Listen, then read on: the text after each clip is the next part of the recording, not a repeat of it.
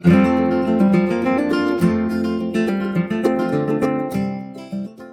to everyone to the first in our series of virtual workshops. This one is the Emcee Masterclass. These workshops are brought to you by IBMA's Leadership Bluegrass Alumni Committee, and for this first workshop, also by the IBMA Foundation.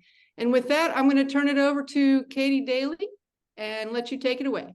Okay, thank you very much, Lee. And it's so nice that so many people are joining us today, especially the panel. And we have assembled a great panel of experts. And we'll start with Sherry Boyd. If you're talking about an event MC, you're talking Sherry Boyd. She has well over 30 years of experience as a broadcaster and also as an MC. She was a recipient of the 2010 IBMA Distinguished Achievement Award. And in fact, she's getting ready to MC the Palatka Fall Bluegrass Festival, probably as soon as she gets off this Zoom call. So welcome, Sherry, and thanks for joining us. Two other panelists have both returned recently as last night, from Europe. First, welcome Dudley Connell. He's just returned from Italy and Ireland. He was inducted into the IBMA Hall of Fame in 2020 as a founding member of the Johnson Mountain Boys. In 1995, Dudley joined another important Washington, D.C. band, and it's seldom seen, as you know. He is the scene's primary band MC. Rounding out the panel is Chris Jones, and he just got in last night from Europe. Chris's Facebook profile describes him as a singer, songwriter, recording artist, Sirius XM air personality, and Bluegrass Today columnist. And he is really on a roll.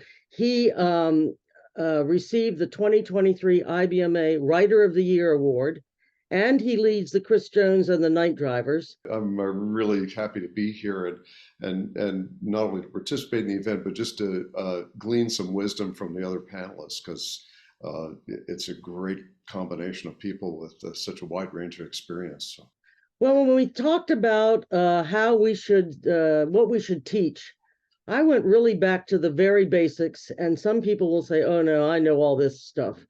Having watched a lot of the speakers at IBMA, World of Bluegrass, you need to learn this basic skill, and it is how to use a microphone. I've seen people turn away to the side and hold the microphone down here. Mostly are singers, because I guess singers can use a mic differently than speakers. So who wants to start off with hints about using microphone? I don't mind starting. I'm so glad you thought of that, because it would not have occurred to me. And because you mentioned singers and people who speak to an audience, I think a lot of people at the top level of the business sometimes get that wrong, or they don't work the mic in a way that complements their singing. In other words, if I know I'm somewhat of a quiet singer, and I like a fair amount of gain to work the mic a fair amount, but if I get right up on that and talk right into the mic, it may sound, it may sound great to us, and okay, it's nice and present, but that will maybe cause a sound engineer that then turn you down. It's good to gauge the distance that way. And so, yes, the things that you do as a singer with a microphone are not the same as what you do as a speaker. And I assume when you go up for a sound check, you would do a sound check on your speaking mic also, wouldn't you? Yes, for sure. But I think it just takes getting used to making sure that the volume complements, the volume of your speaking is complementing your singing, and you're working the mic at an appropriate distance for both. Okay. Sherry? I would agree. I'm sorry. Go ahead, Sherry. Go ahead. I'm sorry. That's okay. I think that's where communication with the sound crew is important, and that's what I do, because not all mics are the same. I work a mic very closely, and I like monitor, and I've had sound men ask me, did I want some monitor? And I like that, because then that keeps me at a conversational level. And that's how I like to present the announcements instead of shouting at an audience. I like to keep things as conversational as I can. And so so I need to know how can I work this mic? Can you give me some monitor and make some of those arrangements prior to going up and speaking? Because mine's a little different than the singing, I think. But I still want to stay warm and conversational with the audience. So that's Now, when you say hold the mic close, do you mean your lips are touching the screening on the mic? What does means close? about that close for me. That's just how I've always worked my radio mic, and I work my mic on stage that way, unless I'm told otherwise. I like a remote mic so that the mic can move with me and that sort of thing. So if I can have a remote, I prefer that. I don't always have it, but that's what I prefer, and it works best for me. Dudley? Well, I agree with both of them. My technique is a little bit different because I'm a fairly loud singer, so my speaking voice is much more delicate and lighter than my singing voice.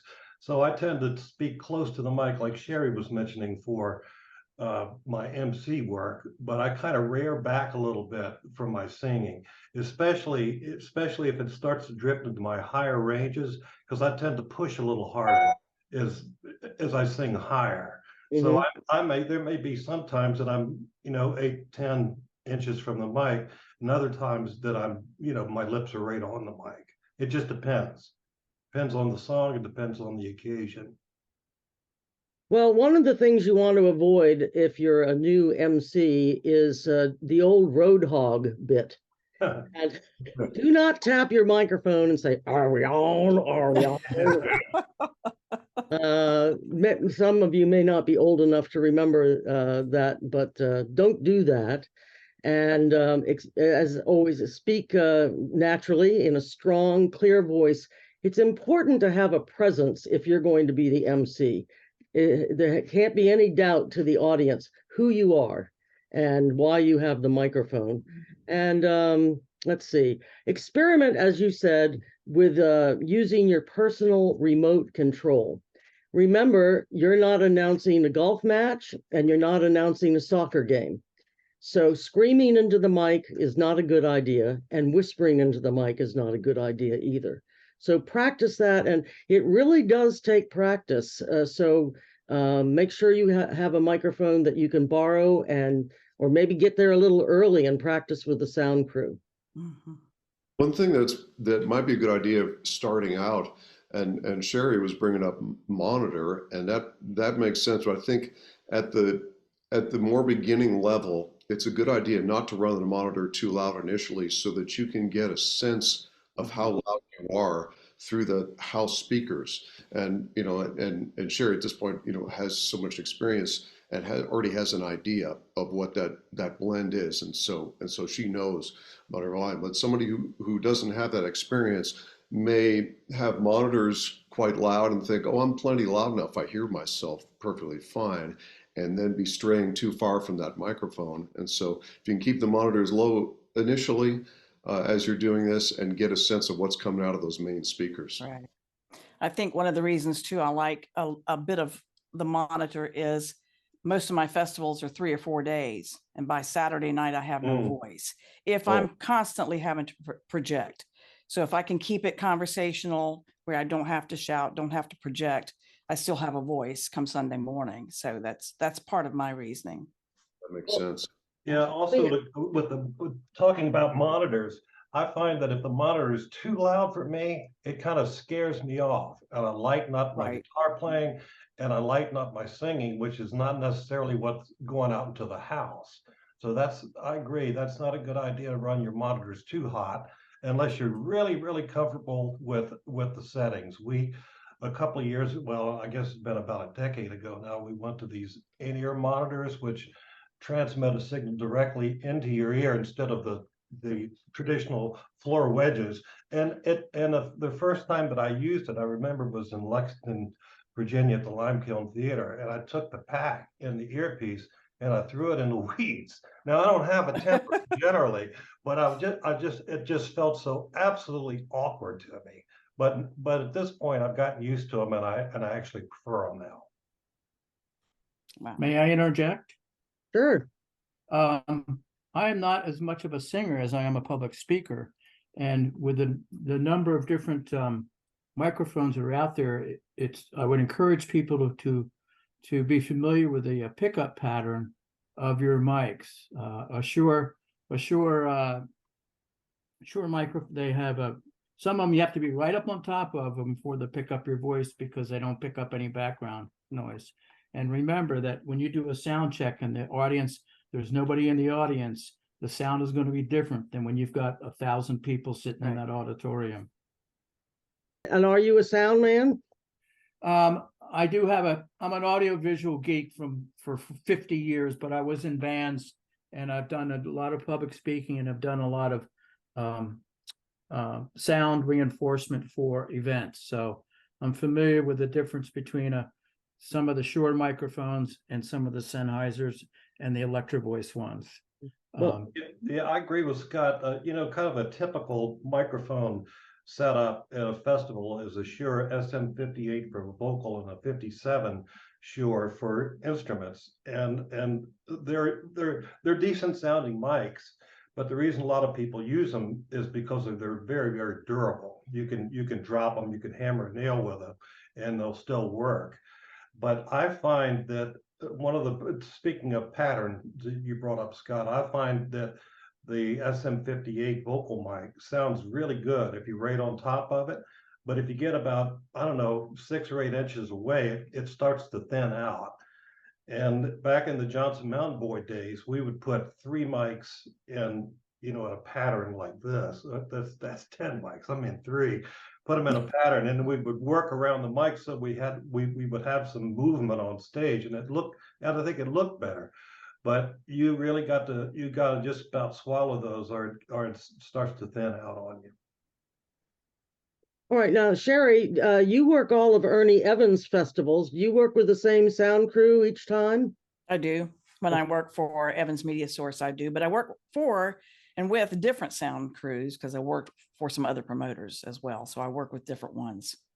All right, so you understand each other, so to speak, or they might. That's the first thing I do. I become friends with the sound crew. That's the very first thing I do. And we need, because we work together. They have their way of working. I have my way of working, and we need to communicate on how it's sort of like a dance. We need to make this happen and coordinate with each other, and they understand what I need or what I prefer. And then I do the same with them. I haven't worked with a different sound crew in a long time, but I did this year. And so that's the first thing I did. I went to a festival to Emcee that it's been going on 20 years. And I was invited this year to be the MC. So it was a completely different sound crew. And that's the first thing I did is introduce myself and just tell me how you've been doing this for 20 years. Where's the MC been standing? What do you do? And he did. It was very, very nice about it. And then I interjected the things that I would really like to stand on this side of the stage. And he was saying the MC stays in the green room. I'm not a green room person. I have to be out where I can hear things. So let's find a comfortable place for me to hang out after I bring a band on so that I can hear what's going on. And we just communicated, and everything was great the whole weekend. But I that's the first thing I do is but it's important to them. And it's just completely unnecessary for that to be awkward. So I take the time in the beginning, and that's the first thing I do. And even with the sound crew that I'm familiar with, are there any changes? Is there anything I need to know? You have me in the same place as usual? Because I respect them. They work really hard, and they've already worked hard by the time I get there. So, let's be friends, and it works beautifully for me.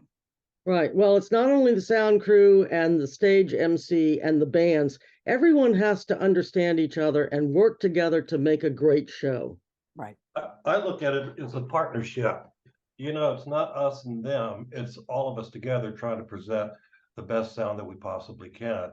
And so if we can help them give us a good sound, everybody wins, mostly the audience. Right.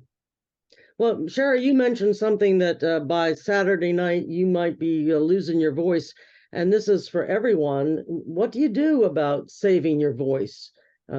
cough drops? I don't know. What is your secret? Hot tea and lemon. Ah, If I feel it going, hot tea and lemon. Yeah, and give me just a little bit more monitor. Yeah. I Well, try. the night air will cause that sometimes too. Yeah. So yeah. I personally try not to talk too much because I find that speaking is harder on my voice than actually singing. And I don't know why that is exactly, but I like to try to secure a little private time before we start. And I find that helps me. Absolutely. That's definitely the case. I don't know why that is either, but actually, really, singing will actually help my talking voice, but Yeah. not the other way around. Mhm. Wow. Hmm. Interesting. There's my question is, how do you convey excitement to your audience without sounding like you're raising your voice or screaming into the mic? Katie, I don't know that excitement is the word I would use for that, but let me think about this a second. My feeling is that if you have a really subdued audience and they're quiet and they're listening, I tend to approach my MC work in a more relaxed manner and not really trying to excite the audience as much as I might if it was not, I wouldn't call it a rowdy crowd, but just a crowd that was really enthusiastic. My I really work off an audience. If they're really excited, I tend to get really excited. And I think my MC work would show that. And if it's a quiet crowd, I'll start talking to them like this, gently. I don't know, it's reading your audience, I think, is a large part of that. I agree. That's a really important. Yeah. Sorry. No, go ahead. That's a really good point. I think reading your audience is really key because, and of course, we don't have the advantage of doing that in radio, the radio end, Mhm. from a MC standpoint, and just facing an audience. No two audiences are alike, and if you kind of treat them all the same, you can kind of get yourself into trouble with them. Mm-hmm. Okay. There's one point I want to make about microphones, wherever they are. Be aware that they might be on, or just assume that they're on, and don't say anything you wouldn't say in front of your grandmother, and don't make any comments about, the guy's playing the banjo and you don't think he's very good, because I guarantee you someone will pick that up in a mic, or someone will pick it up in the social media with all the cameras and stuff. So watch what you do and say around microphones. Assume that they're hot. Good idea. Yeah. Anybody been caught with that? Katie, privately, I have to share something I heard at Harrison once. Mike came on Mike had been off. They'd had problems at this festival with sound, and his mic came on at a really uncomfortable time. Oh, no. It had been off for most of the weekend. And they do work sometimes. They like you say, be polite. Right. And when you go into an interview and the interviewer says, "This is just between you and me," what's between you and me is the microphone. Don't Right. don't ever forget that. So, That's right. any other thoughts on the use of a microphone?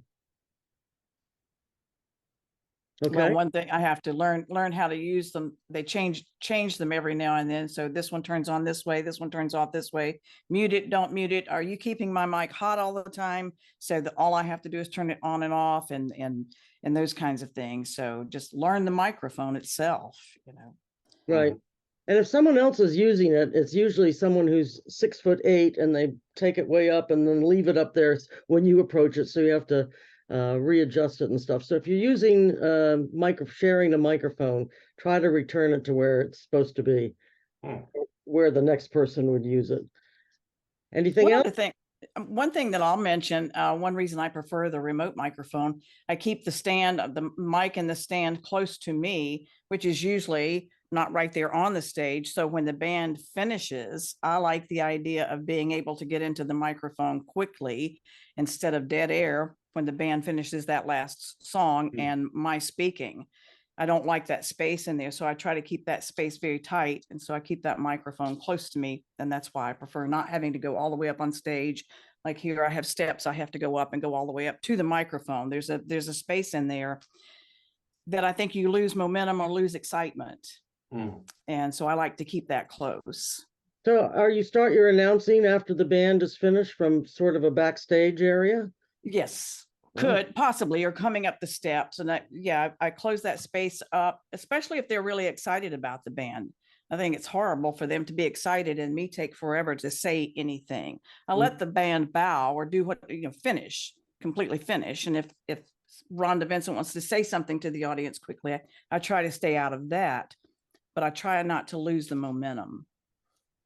Going back to communication with the sound people, for an MC using a regular microphone, there's often the problem of that mic being muted.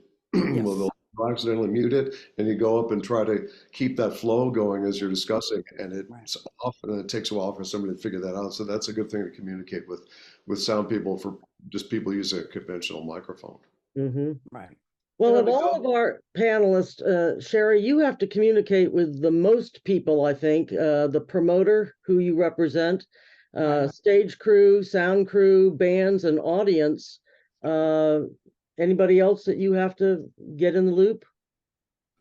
That's pretty much it. Sponsors. There might be sponsors and they may be present, but not always, but they may be present. So I'm quite aware of the sponsors and how the promoter prefers that they be introduced. Are they here? Do we point them out? Those kinds of things. So yeah, it's promoter, sponsor, venue, who's running the venue sometimes is a totally different entity that I need to communicate with. So there are quite a few people.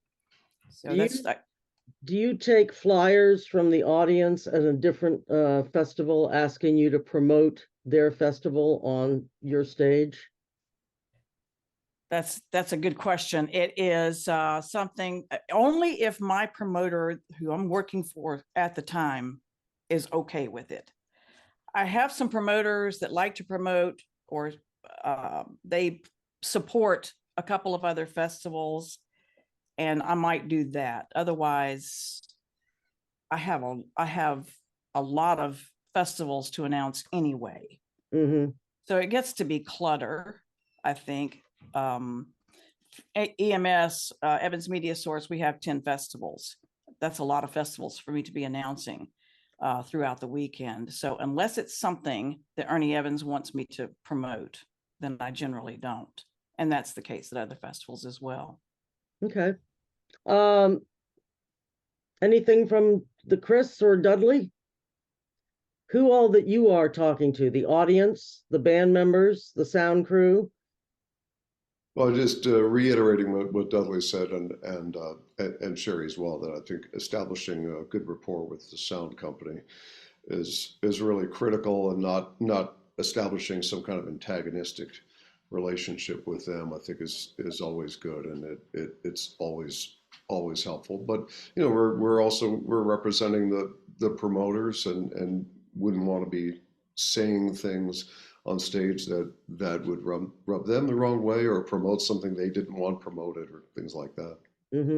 I learned from one band a little trick that they give their CDs to the sound crew so that they can be played when the music isn't on the stage live. Do either one of you do that? I've never done that, no. Wow. John Duffy would not let you do that. And I recall John Duffy wanting Frank Sinatra and Dean Martin played. He didn't want anything comparable to what they had recorded as the Seldom Seen, because he said, we can't compete with a CD. And I remember that from years ago when he said that. And I've always found that interesting. And so when I'm listening to the house music, I'm wondering if other bands are thinking the same thing. If a band's music is playing while the crowd's coming in that morning and they're playing later that evening, is that good or not good? not necessarily in my territory, but I've often wondered since he said that, John said that years ago. I agree. I agree with John. You're kind of competing with yourself. Right. You're playing your own music. I think maybe, I mean, I'm not saying, play walk-in Metallica music to a bluegrass show, but Right. something that's different, but complements the band that's coming on rather than competing with the band that's coming on, which CD would. Well, it made sense to me when he said it. Yeah, John's a smart guy. Yeah, he was. Yeah, and how much did he influence your MC work? Mine? Yes, because Oh, greatly. I mean, John could get away with stuff that I could never, as Dudley Connell and the Johnson Mountain Boys, I couldn't get away with. It'd just be kind of outrageous from time to time. And I mean that with respect and in a very good way, because I think John Duffy was so good at what he did and so unique as an MC. I think some people would come to the show to listen to him talk, see what crazy thing he might say. What's he going to do now? That kind of thing. And that is in stark contrast to the Lester Flats and the Carter Stanleys, who had this very smooth and professional delivery. John was not that. He was professional, but in a totally different way. That it was kind of off the cuff, and it was always interesting because it was always different. I mean, he had a couple of stock things that he would go to, if he needed to just say something. But normally he was very, very freewheeling, and it also entertained the band too. I mean, when John stepped up to the mic to talk to the audience, the band was very quiet because we wanted to see what he's going to say too. So and that was actually kind of a cool thing about working with him. But I don't think I answered your question. Yes, my MC work changed, and I became more free flowing with the way that I work too. And like Chris said a minute ago, you read your audience, you see what they want. If they want you to be, I'm not saying off color like cussed and things like that, but if you need to be a little bit off color because that's the kind of audience it is, be that. If you're playing for a church social, don't be that. It's kind of common sense, I think. Ira Gidlin had a question here about how you interest in an audience that's just indifferent, and how you deal with a really tough audience. That's a good question, and sometimes I think you kind of have to, in the course of reading it, maybe it's just not going to work out that day. It may be that I think you can also try too hard at that point, and maybe kind of a sleepy audience, and that's the way it is. I remember playing for it had that sort of a post-church dinner, go to the concert afterwards, everybody feeling sleepy, and it was one of those situations, I think it was in Minnesota, and absolutely nothing worked, to the point where I kind of, at one point I went up and I tapped the microphone once as a joke, like, is this on? I didn't say, for some reason, this just really cracked up Ned Luberecki, and I thought, okay, well, I made one band member laugh, so that's okay. But, no, it's true. Well, just be polite and respectful, and let people know what you're doing, and if they're indifferent, it happens. Yeah, I think I try, and I agree with everything you said, Chris. I think also, I'll give you for instance, we played at the National Sculpture Garden at the Smithsonian in Washington this year. And so I approached it. We went in just like it was a regular show, with a set list, same songs, same intros planned initially. And we played 45-minute sets. And as I looked at this, our audience, there was a great big water thing there. If you've ever been to that sculpture garden, there's a garden, of course, and then there's all this water in front. Well, we had no audience. The audience was around both sides of this. It looked like a pond to me, and we couldn't reach them by speaking with them. So I made adjustments. So when we did the second set, I treated it like a party, not like it wasn't a concert. We were background music for a party, and once I had started to approach it that way, I found that it helped endear the band to the audience. When it wasn't step like, now we're going to play this, now we're going to play that. We just play a whole bunch of songs and how's your food and what are you drinking, and you know, it was a whole different kind of audience than like a concert sit down audience where the focus is all on you. The focus was on the party and we were the background, and it was fine once I let that go. So how did you, I don't quite understand how you would change it to party mode. I quit talking. We just played one song after another and played songs that we thought that they might enjoy, like, you know, I mean, like Fox on the Run or something. That's not something we would normally play, but we did that day because people would recognize that.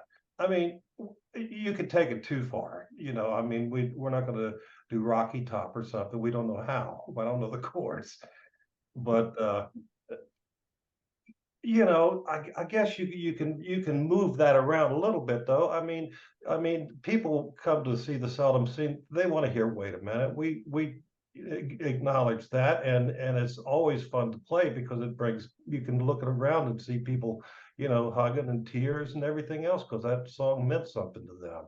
Well, these party folks, you know, that was fine for them. I mean, we still did it because we figured we probably had a handful of people that were familiar with the band and actually came to see the band for the band. But the majority of the folks weren't that interested, so we just played fast, hard, quick, and I don't know. I don't know if I don't know if am I accusing myself of selling out to that audience? I don't really think so, but to a certain amount, I was playing to that crowd. No, I think it's another case of reading the Right. audience. If they're not really going to be interested in what you're saying, I think you could acknowledge some people that are there that are and talk to them, but then the rest of the time, trying too hard to talk to them or get them to listen is simply going to annoy them and not enhance the experience in any way. And so, you know, I think you did absolutely the right thing. Well, you know, and to go off of that too is to looking around your audience. If I see somebody and I can see them well, they're clear to me, and they're obviously really enjoying themselves. Maybe they're singing along. I will stare at that person. Try not to let them know that I'm staring at them, but I'll feed off that. I'll feed. Right. Oh, this person's having such a good time, and I will absolutely be in their lap, you know, emotionally, and trying to reach an audience. I think that happens with MC work too. Bet. Read the audience and you can see the faces and those that are listening, and you don't want to be annoying. You don't want to just bombard them with information, which you could do easily. And one thing I try to do is pace myself on that. And we start the show, let the kickoff band kick it off before I start into the no smoking, no pets. This is out here, and this is go see this and register for this, and this raffle's going on here, that kind of thing. I kind of pace that so that I don't just bombard them with information. So I think that happens a lot, and you still have to read the audience. And if they're not listening, they don't want that information, put it somewhere else later in the day or at another spot in the show, and try to read the audience that way as well. It's my job to give them this information. That's what I'm doing for the promoter. The promoter wants me to say this, this, and this, and those real pertinent things I'll say first of all, but I will pace things. I always thought that a job of the MC was to convince the audience that the band is so wonderful that the presenter, you know, that the promoter has put this show together, and it's so wonderful that they're happy they paid their hard-earned money to come there and enjoy it. It's to show, you know, we've got great bands here, and be happy that you're with us, and they'll make you happy. I agree with that too. I think that's part of it. What do you change what the band does depending on your venue? I mean, you said a little bit like the sculpture garden is a little bit different than, let's say, the Birchmere. Well, yeah. The Birchmere is for you folks that might be from out of the area, is a nightclub in Washington, D.C. Well, actually in Virginia, in the outskirts of D.C. And it's a listening club. They have a very good sound system there. It seats about 500 people packed. And the people that come there know the music, and they're a listening group. So you could play, I would say, in a situation like that, that's when you can bring out the gentle pieces, the thoughtful pieces, the songs that like Boots of Spanish Leather is one that comes to my mind, that's a story song. And if you don't pay attention to the story, the song won't be as important to you or meaningful to you. But that the Birchmere is that's unique. Festival stage shows, we tend to try to keep a little bit more energy behind those, because you're trying to reach way back. You got people that might be 200 yards away or something, and you got to reach them the same way you got to reach the people on the front row. So those shows we tend to develop a little more energy doing those kind of shows, and leave the slow ballads to a minimum. Now, Chris, you and the Night Drivers are going to be doing your second Opry performance November 21st, and that is a really hallowed place to play. How is that going to change your work with the audience? I think that's usually just a short set, 2 to 3 songs. I don't think you want to spend a lot of time chatting. The idea is to get the music in, but at the same time, as sacred as that place is and how special it is to play there, you also want to treat it like any other performance, and you do want to address the audience, talk to them, let them know that you're engaged with them. And also, I think it's important in that case to realize that it's also broadcast, and people tend to sometimes in a situation like that just think they're just in front of that live audience of tourists that have come from various places. But I think making people feel relaxed and engaged, and it helps you relax yourself, because of course that's a place where nerves can certainly enter into it. Mm-hmm. So I'm sorry, do you play to the audience or do you play to the radio audience? Both. Question. Yeah, I think both. I think you just have to keep both in mind, and they're not necessarily that different. Well, we talked about who you communicate with, and probably the most important for this panel is the bands and the MC, which would be Sherry Boyd, how much you talk to each other. And I noticed someone put in the question, how long should an intro be? How much information do you include? How many awards do you talk about? Any feelings on that? I usually communicate with the band, even if it's a familiar band. Anything changed? Is there anything you want the audience to know? Anything new? So if it's a familiar band, if it's a band I have not worked with, then a little more conversation takes place. What would you like the audience to know? I think, and that's an interesting answer. Usually, it's whatever you want to say. I get that answer a lot. It's like, okay. And some of them have a recording they want the audience to know about. Some of them, it's important that the audience know where they're from, those sorts of things. And it's important to me to know what they want the audience to know. And I start with that. And then I add to it whatever homework I have done. And I also do homework. But one thing that I communicate with a band, even if it's a band I've worked with many times, okay, is a 2-song sign still the way to go when it's time to come off stage? Do you have a long ending? Have you added anything there? I've been burnt on that one many times in dub. So 2 songs, 10 minutes. How do we do this? If you've got a long finish, then when do you need the sign from me? It's so important, because for so many years I've worked very tight schedules with no set change time really built in. that seems to be changing a little bit, and promoters are adding that time and lengthening those sets, and that's making that a little bit more comfortable, but it's still important that I know those things. So I start there, and then I let them know my habits too. Because this band before you comes off stage, I have announcements to make, and then I will leave the microphone and you come on out and get your setup done. And then when you're ready, give me the high sign and we'll go. So it's all communication. It's all communication. And my introducing the band is my policy throughout my whole MC career. And every time I hit the stage it's not about me. And I'm not the MC that's going to tell you all about me and my association with this band, even if we're good friends.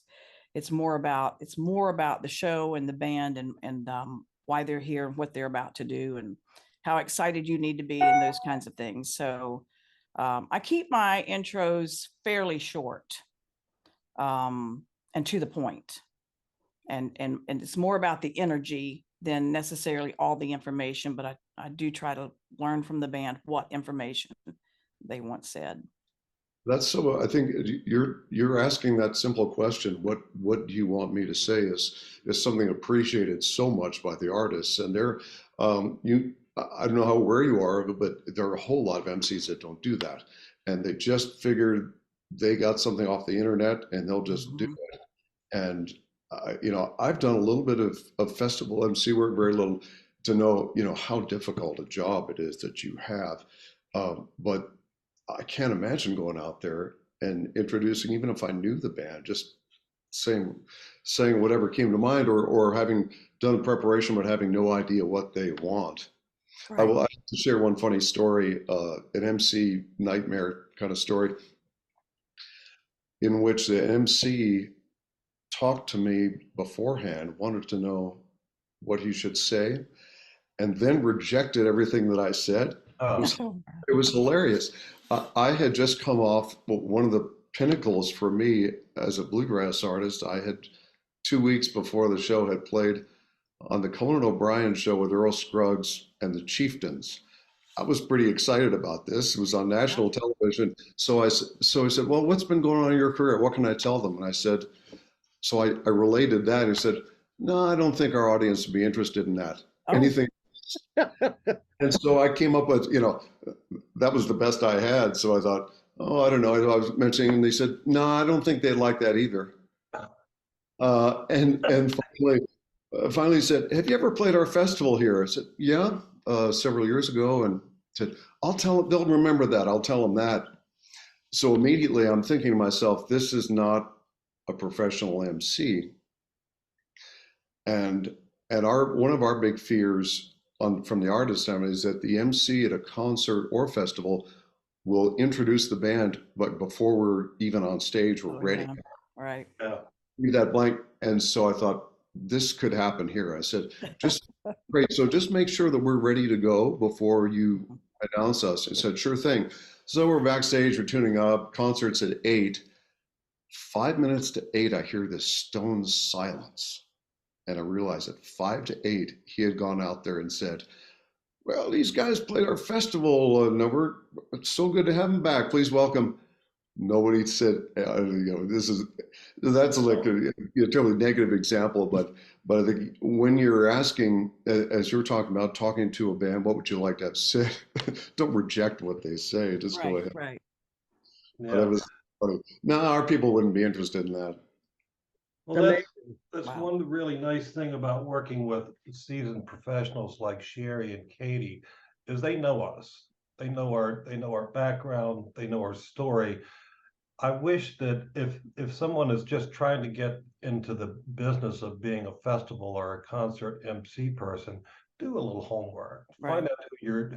Find out who these people are that you're going to be introducing, because you're trying to sell this band to this audience. And it helps to know a little bit about what you're talking about. What doesn't, Well, talking about preparation and the bands wanting you to say what they're doing, a lot of times you go to their website and it looks like an abandoned building. that nothing has been updated in a long time. So it's really important that the bands keep that information fresh and right out there. I actually had a festival promoter who has to write up bands on Facebook to say who's going to be at the festival. And he said it was very difficult with a lot of bands to find anything about them. So make sure that your website is updated. One of the smartest things I ever saw came from the wonderful publicist Kimberly Williams. And we were working the red carpet, and Russell Moore came up, who was one of her clients, and he shook my hand and he palmed off a playing card sized piece of paper that had notes on it about what the band was doing. So I could refer to it right there. And I'd say, always been thankful to Kimberly Williams for doing something like that. I don't know if the rest of you have thought about making up a little index cards that got your recent information that you could hand to the MC when you arrive. And an index card size would be the right size, I think, because you don't want a script where the MC stands there and reads. I don't think that's effective. But I think if you have an index card size with bullet points, and then I can put that in my head, and I can go out there and not necessarily stand there and read, and I think that kind of takes away. But yeah, having the points and then being able to deliver them without reading them, I think would be a good way to do it. Mm-hmm. Great idea. Do you have other people update your websites, Dudley and Yes. Chris? Yeah, you definitely don't want and their latest album just came out in 1981. Right. Right. Yep. Well, that is what our last record came out. Speaking of merch, how much do you devote? How much time do you mention? How many times you mention the merch and what you've got with you? I mean, do you limit that in your MC for the band? I do. I don't want the entire show to be a sales pitch. Right. I do think it's nice to mention it, especially if the audience wants to meet you or they want to hand you a request or something like that. We try to always get to the record table for that, and we call it the shake and howdy period, and I don't mean that with any disrespect. It's meeting your audience and finding out what they thought and what they want to hear. And yeah, and yes, we do have somebody that updates our website. Ronnie Simpkins, our bass player's daughter, has gotten very interested in publicity end of bluegrass, and also the social media aspect of it. She's young, I don't really do too much of that stuff myself, so she's been a real joy to work with. Well, and I like to listen to a band. It's one reason I don't stay in the green room. I like to listen to the show. And if you are telling the audience that you have merch and you have CDs and you have shirts and whatever you say to the audience, then I like to follow your show with encouraging the audience to go do that. If that's important to you and you're asking them to come out and say, hey, then I'll follow up on that. And that's why I listen to the show. Go ahead. I honestly think that there are a lot of bands and MCs in the bands that talk too much about the merch, not so much because they're trying to sell stuff, but because they're lacking other things to talk about. Sort of use it as a crutch. Okay, here's this blank space. I guess we'll talk about the stuff we're selling, and I think it's good to avoid that. It's not that interesting to people. There are ways to make it interesting, and it's important to do it, as you say. But I think definitely don't come back to it, and I hear quite a few people doing that. Speaking of dead air, if one of you, for example, breaks a string, and you have to go or deal with something, do you have an arrangement with someone in your band to take over? There can't be dead air. We're with the scene. It's kind of with the scene is kind of organic. We don't have a plan if something like that happens, but it just seems like somebody will step up to the mic. It's usually Fred. He's always, You know, it's funny, just talking about one thing we haven't really talked about, and I don't want to take the conversation in a totally different direction, but part of it too is personality of the band members and the MC. There are people like Doc Watson. I think was always a really good example of this. He can make you feel like you're sitting in his living room in Deep Gap, North Carolina, whether you're playing Constitution Hall or the Birchmere, and that's a true gift. And Del McCurry, he's a nice guy. He seems like a nice guy. He is a nice guy. Joe Val, just nice people. And a lot of it just, and I don't know that you could work on that or not, or whether it's just, I don't know, charisma. Some people have it and some people don't. And I think you could work to develop it. And like Chris was saying earlier, you shouldn't just rely on trying to sell something to the people over and over and over again. I think it makes you seem like a carnival barker or something, and that's not what we're about. You were talking earlier about generating excitement. Now Doc was exciting to see, but he was really low key in the way that he presented his music. He was very relaxed. He sat down. He talked to the crowd like they were on a couch and across from him, and like I said, like it's in his living room. And that in itself created a certain excitement somehow. I mean, the kind of the opposite of Little Roy Lewis, who's just wide open all the time, and if he didn't do that, his audience would be disappointed because they come there and they expect that huge burst of energy that he has, and he's got to be getting up there. I really admire the fact that he's still able to generate that much excitement, after doing it for all these years.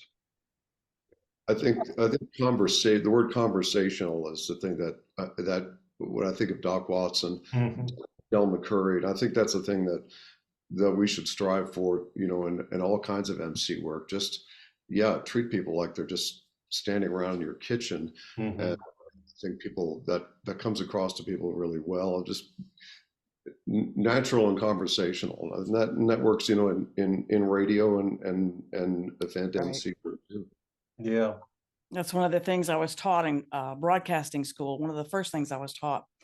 I've used it every day since, and it's a little harder to use in front of an audience than sitting behind a microphone on the air. But you're speaking to one person. You're speaking to one person, and if you do that, everybody feels like you're speaking to them, and it works. I remember one time emceeing in Cherokee. And I'm looking out over the audience and I'm looking at this one guy in a ball cap out there. And I thought, that's David Holt. I believe that's David Holt. And of course, I've known David and have known David for a long time. And I know of his ability to speak and his MC work and his performing. And I thought I could get nervous really quickly. But I thought, I think that's David.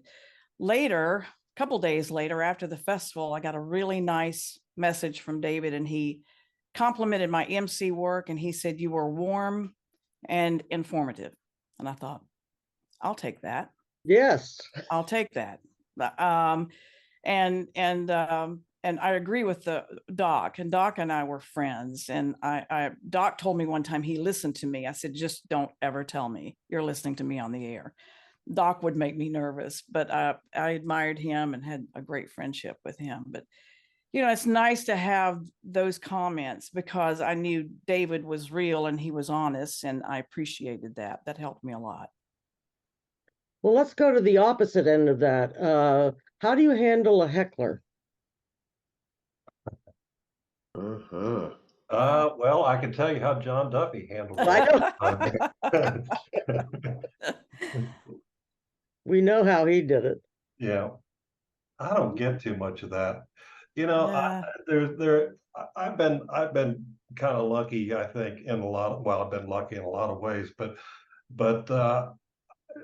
if the audience can get comfortable with you as a person, not as a musician, just as a person, and you're just having a conversation, then the audience might start throwing some stuff up at you that you could actually use. I'll give you an example. We were playing in Sellersville, Pennsylvania, at a theater there, and you guys, this is when Ben was still in the band, and he would do that little dance on the Lay Down Sally. And so we did the song, and the audience, the applause dies down and gets real quiet. And then you hear this voice in the back with this really heavy Pennsylvania accent go, "That makes me hot." And it was a joke, but we used it for the rest of the night. And so there's people that will still approach me. That's been 10 years ago. Will still approach me and go, "Dudley, that makes me hot."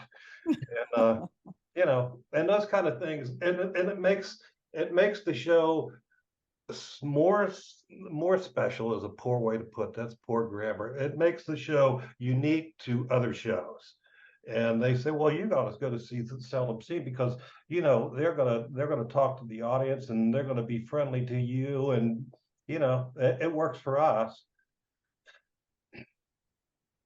Yeah, I think getting using it to your advantage in some way, and definitely not getting into some kind of verbal fight with somebody, Oh no. something hostile. And I'm saying been very lucky not to have anything like that. But sometimes if somebody says something and somebody's kind of wanting attention, and I think it's okay to use it and try to get some humor out of it, and then it becomes something that everybody in the audience shares in, and it can be a good thing.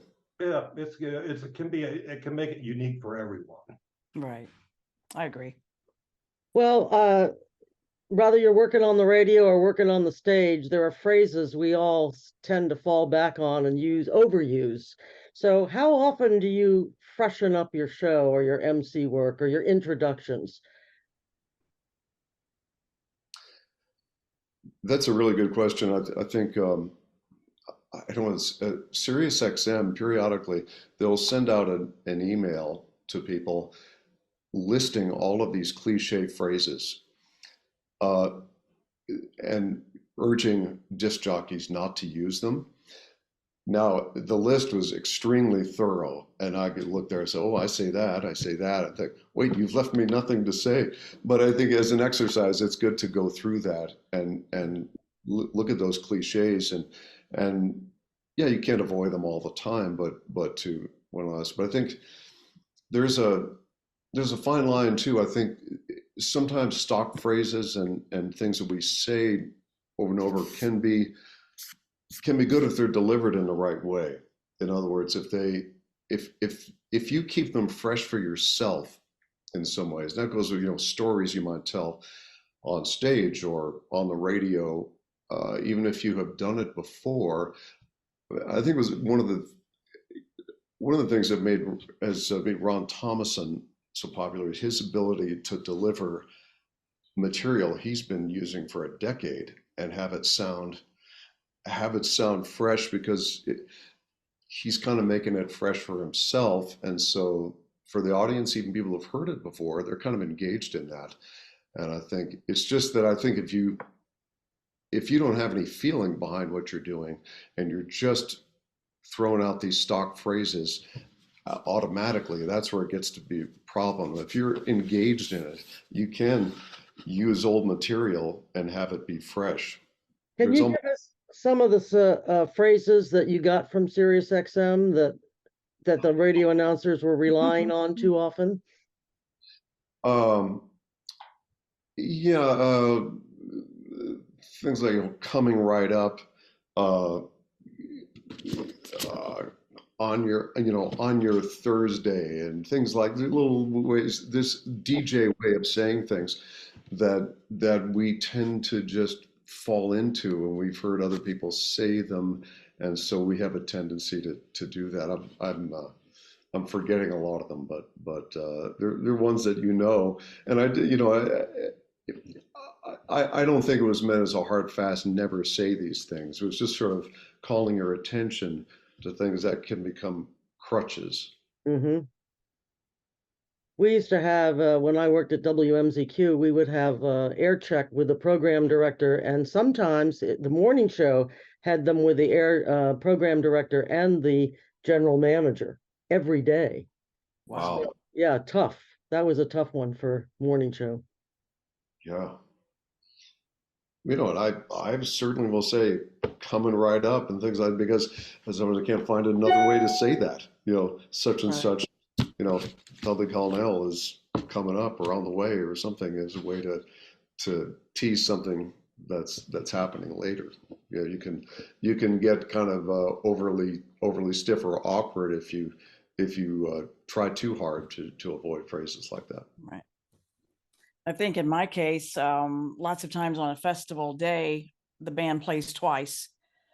So I will maybe use a more conventional introduction first set of the day and rely on the band for my second introduction. Maybe they've said something funny. Maybe there's something going on funny with the band or different with the band, or maybe I can get information from the band itself to help with the second introduction. I think that's tough sometimes, is introducing the band 2 times a day and making it sound great and different. It's hard to do. It's hard to do. The only thing I might add, Katie, to this is some of it is location too. If it's a place that we played 6 months ago, let's say, I'll try not to rely on old material that I would use if I went to California, which we don't visit very often. So I can pull out all my old tired stuff on a new audience and feel pretty good about it. I mean, and I enjoy it too.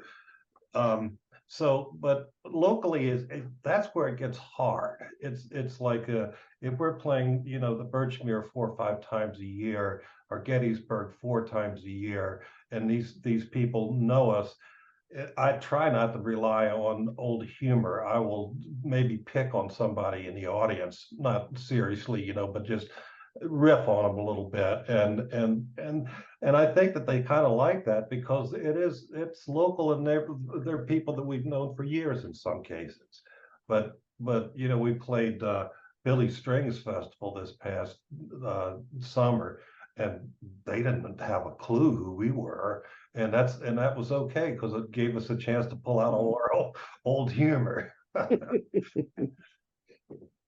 Well, anybody, have I missed a subject for somebody?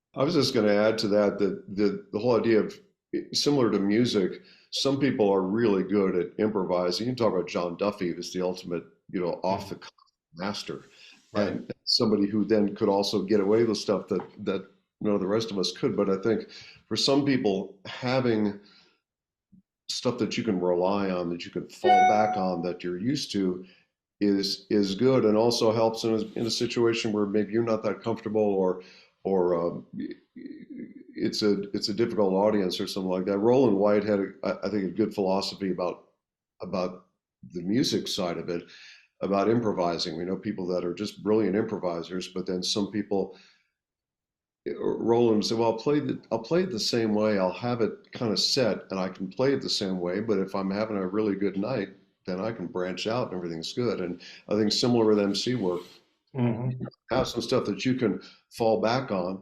and that you know works. But then if it's a particular audience, and sometimes a familiar audience, and things are very comfortable and informal, and you're feeling good, and you can branch out and leave the old material behind. But as long as you've kind of got that in your back pocket, then that helps. Mm-hmm.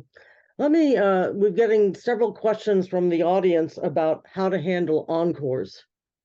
Are they automatically built in? Do you wait till there's a really sincere appreciation for the audience before you call them back from back on the stage? How is it handled, and how do the bands like to handle it? Sherry?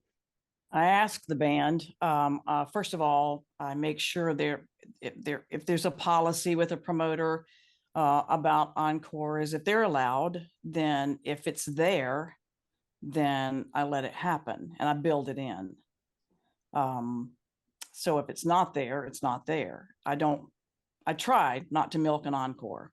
If it's there and it's obvious, then the band gets it in most cases. And there are some bands that don't want, I've worked recently with some bands that don't really want encores. So I've added that as one of my questions to the band. You know, are you up for an encore if it happens? If it happens. No, so what do you say to the audience if they don't want an encore? they don't want to come back or they're done for the night? What do you say to the audience? Just let's hear it again for so and so, and just get them another hand. You know, Sonny Osborne used to come out.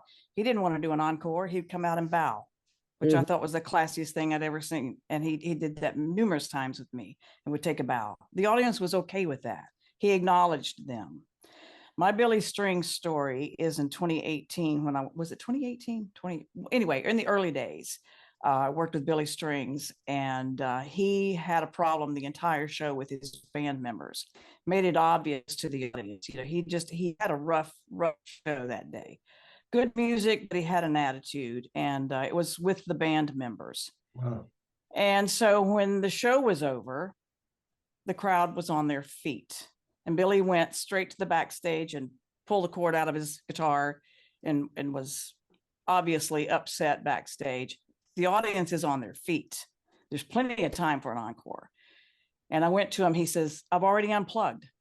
I said, "What do you want me to tell them?" They're on their feet.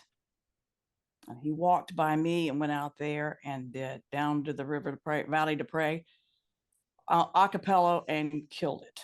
Wow. And I wanted to smack him.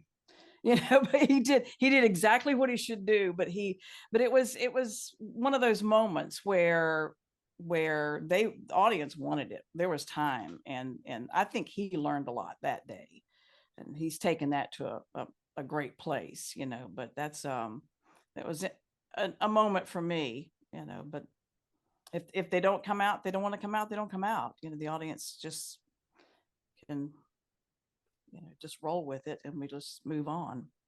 What about Chris and Dudley? How do you like to handle the encores? I personally have never been asked for one, so I don't. Oh, come on. No, I'm always happy to do one. I'm always happy to do one. And that's not the time to go to Ryder, is it?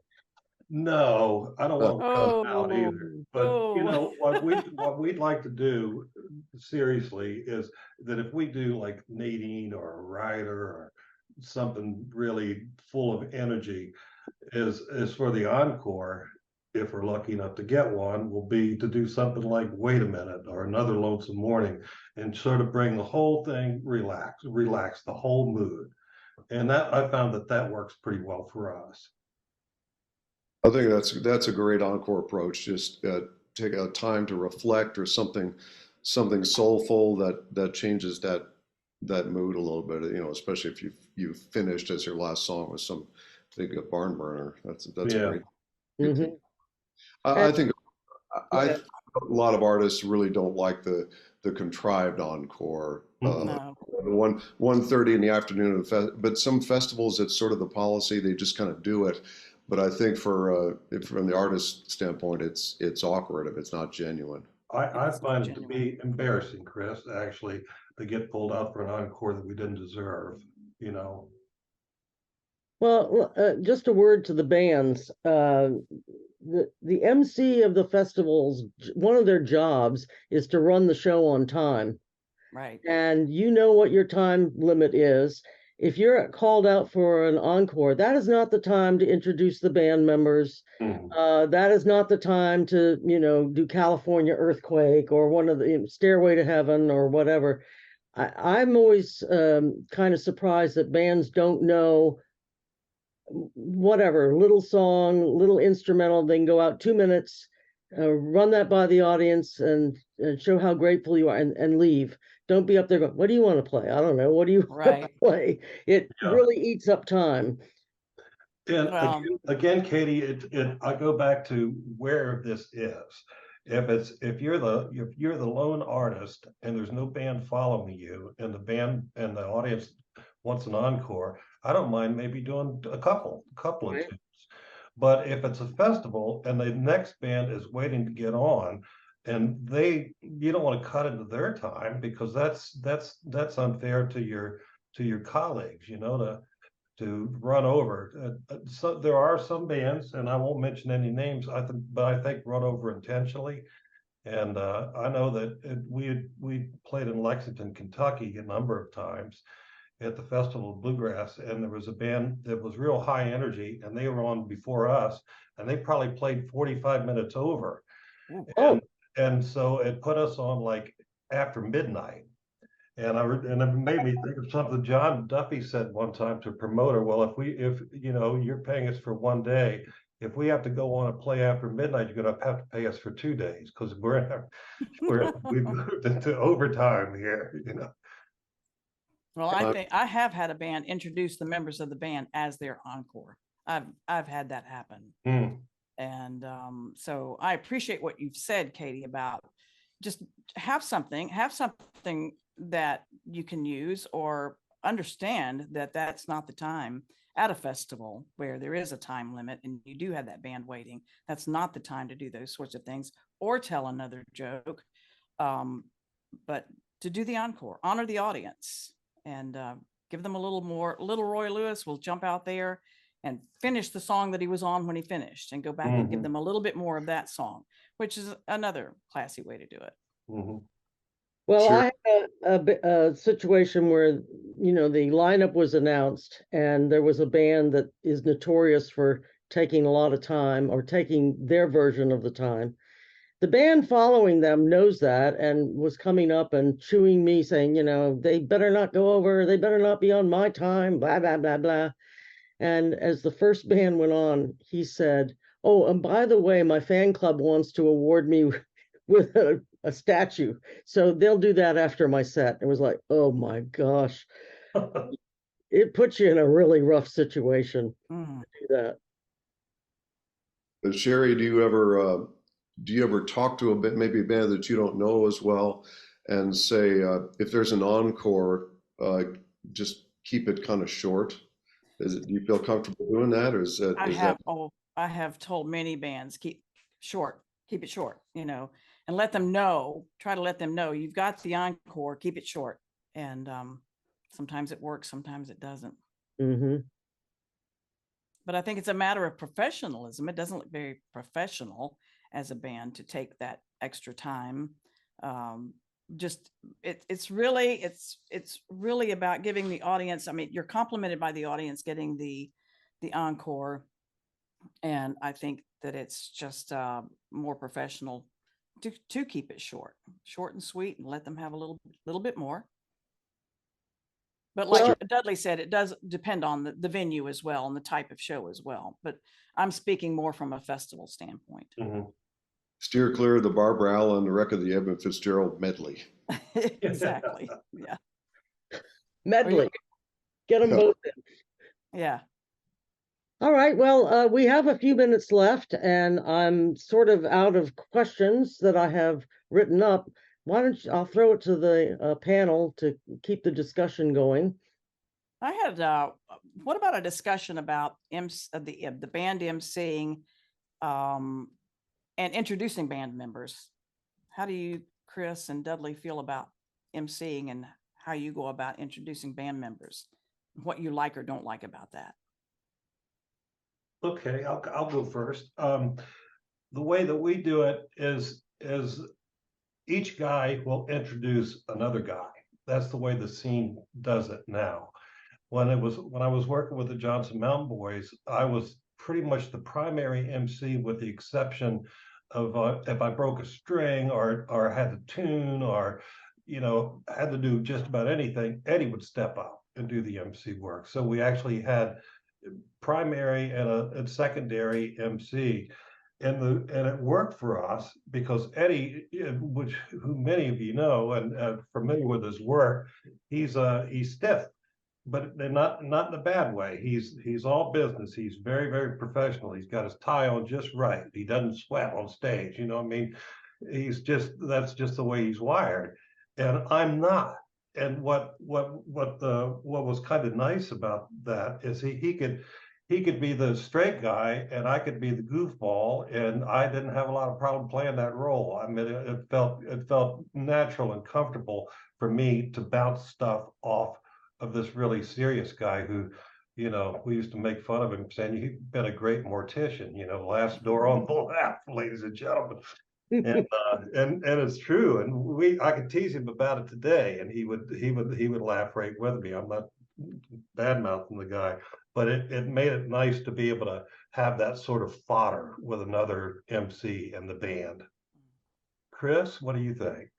Yeah, I think I usually introduce all the band members, and I think I've learned over time to not overdo it. I mean, to not, because the audience is interested, and I think I want people to know about these band members, and but you can belabor it a bit to the point where and that too, like the merchandise plug can be a bit of a crutch. You've got something to talk about, and you can sort of overdo the accolades. Probably the greatest living. Because in a way you're sort of in a roundabout way, then sort of complimenting yourself. Aren't we incredible? I've got all this. So I think it's good to talk up the people, but also keep it humble and keep it brief.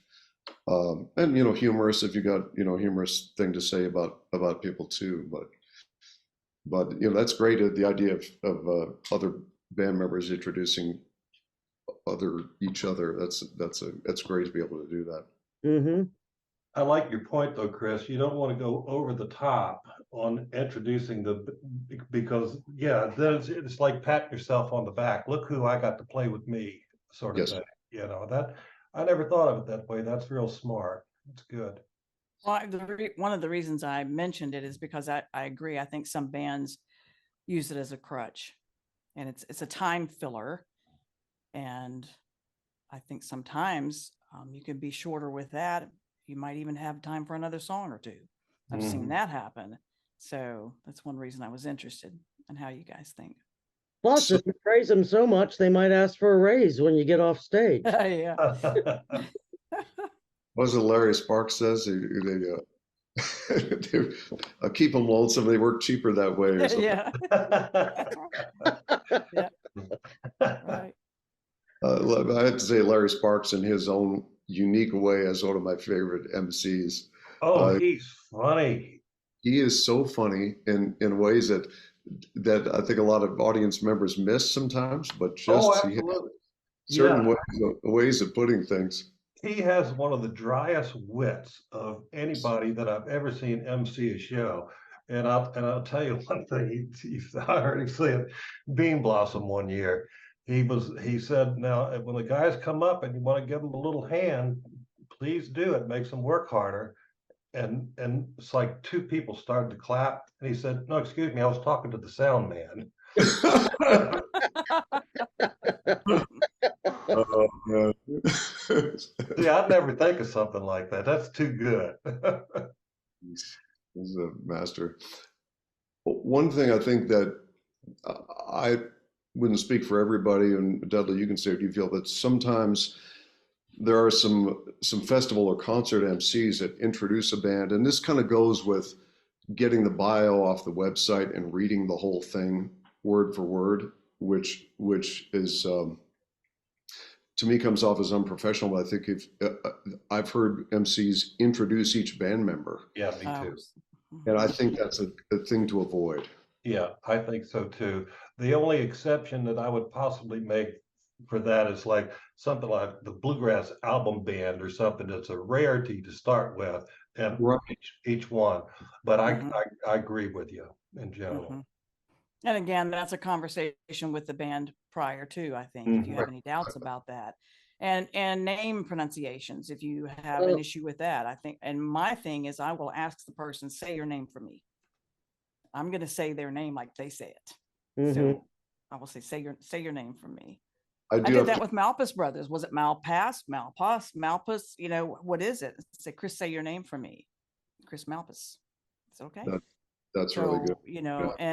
And Terry Baucom, I remember when it became Terry Baucom. Was it Terry Baucom and the Dukes of Drive? Is it Terry Baucom's Dukes of Drive? There's little things like that you want to get correct because it matters. And so I'll ask those questions. Another question that you get a lot is the part of the band title. Right. Yeah. Is that the official name, or are you just seldom seen? Oh, good one. Yeah. I don't know. I'm not sure if it's the seldom seen or seldom seen. We were- I don't know. I recently ran into a band that mattered. They Yeah. do not use the word "the." Do you know how hard that is? It To is. not It say depends. "the." Now here's seldom seen, like if you're in Ireland, or England, it's go to hospital, not the Yes, yeah, hospital. That's or right. Yeah, that's how hard it is. Yeah. Yeah. You know, we've mentioned a few MCs that we really like and admire. If you're a new MC out there, it's a good idea to study what you like about an MC, but don't copy them.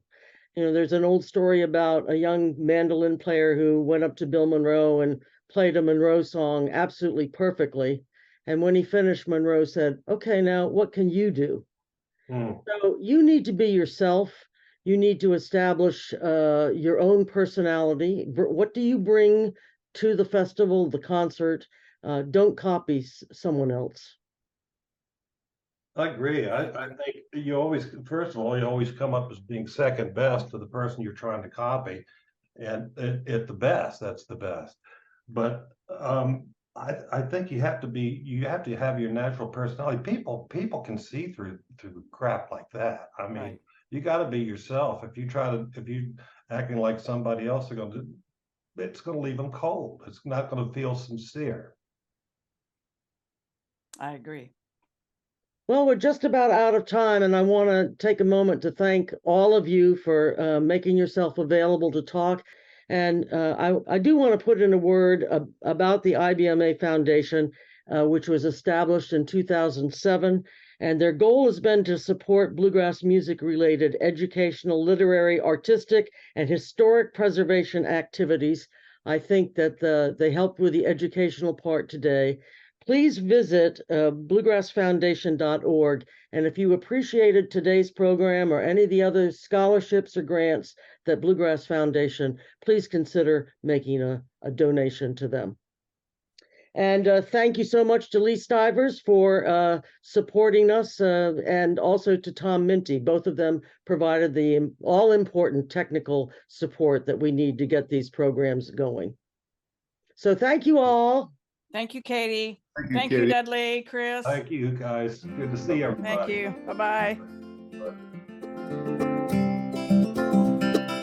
Bye-bye.